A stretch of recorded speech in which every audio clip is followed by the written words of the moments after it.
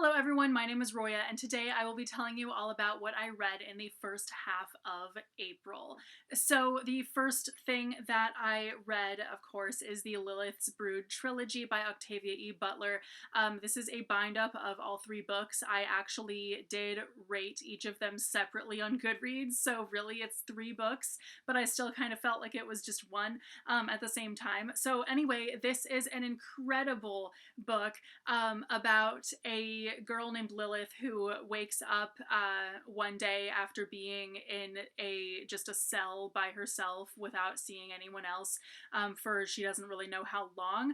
She wakes up one day and she finds out that she has actually been in the custody of aliens on a spaceship for actually hundreds of years, and they just keep putting her back to sleep and only waking her up like so really she was only awake for a total of about 2 years. And then from there she kind of has to figure out what it is she's doing there and what it is the aliens want from her and all of that. And then the second two books in this trilogy bind-up is they kind of follow two different main characters after humans have returned to Earth and basically gotten reintroduced to what Earth looks like now, and just stuff, and they're coexisting with the aliens and all of that. So it's definitely really interesting. The first book was definitely my favorite. I gave it 5 stars. I gave the other two 4 stars, which is pretty good considering this is one of my 5-star predictions. So I had been thinking I would give this 5 stars, so I'm glad that at least the first book in the trilogy got 5 stars for me. So this was really, really good. I really liked, what I liked about the first one in particular is just how much stuff is kept from the reader and how much we have to kind of discover along with the main character and kind of figure out what it is that's going on, all of that. It's really, really interesting. And also when she first meets the aliens, she's so creeped out by them because they look like sea creatures. They just look really ugly and grotesque.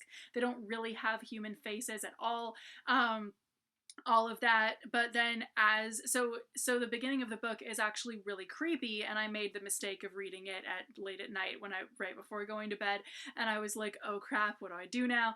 Because I was like so creeped out by it. But along with the main character, we kind of gain an understanding of what it is that these aliens are doing and how they're not really that creepy after all.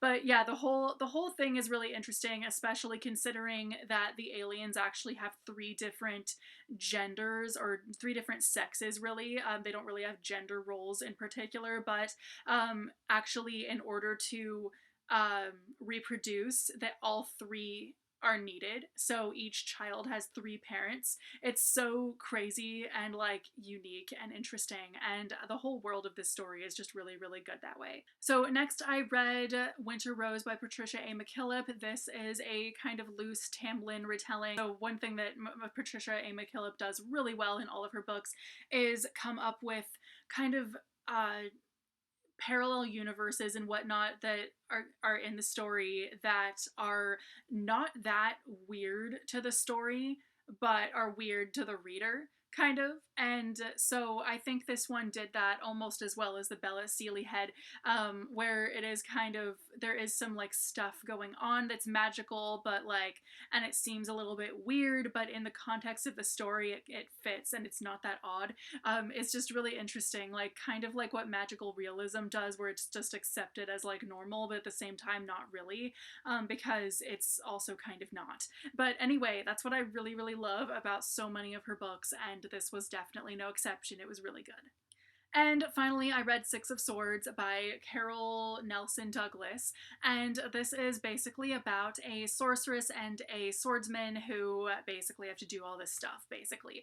And I was kind of expecting this to be like really meh and really so-so. Like I didn't think it would be, like I thought it would be really the kind of classic fantasy that's sort of just meh and doesn't have a whole lot of character development or a lot of story to it. And in a way, That is true of this book. Like, there isn't a whole lot of character personality, and there isn't a whole lot of like plot going on necessarily. That like there, it's not that action packed or anything, but at the same time, it is really interesting. The characters do have some very interesting dynamic between them. There's also a magical cat that basically throughout the story, the sorceress actually talks to the cat and it talks to her, and the swordsman just thinks that she's just a totally normal cat and that this chick is nuts for talking to it and all of that. Like, he's just like, it's literally a cat, and she's like, well, she's a blah blah magical cat blah blah, and he's just like, sure lady, whatever. And I thought that was just really funny, and obviously magical cats are definitely a huge thing that definitely makes a book score points with me. But anyway, yeah, the whole world of the story was really interesting despite being kind of just your run of the mill magical world, but it's still very um, there was still a lot that was kind of interesting about it because the different towns they go to, you can kind of see how they're different, all of that. So overall, I really enjoyed this book, and a lot more than I thought I would. It definitely exceeded my expectations, but at the same time, it wasn't like incredible or anything. So there you have it, folks. Those are the 3 books, or technically 5, that I read in the month of, in the first half of April. Let me know if you've read any of these, have any thoughts on them, any of that.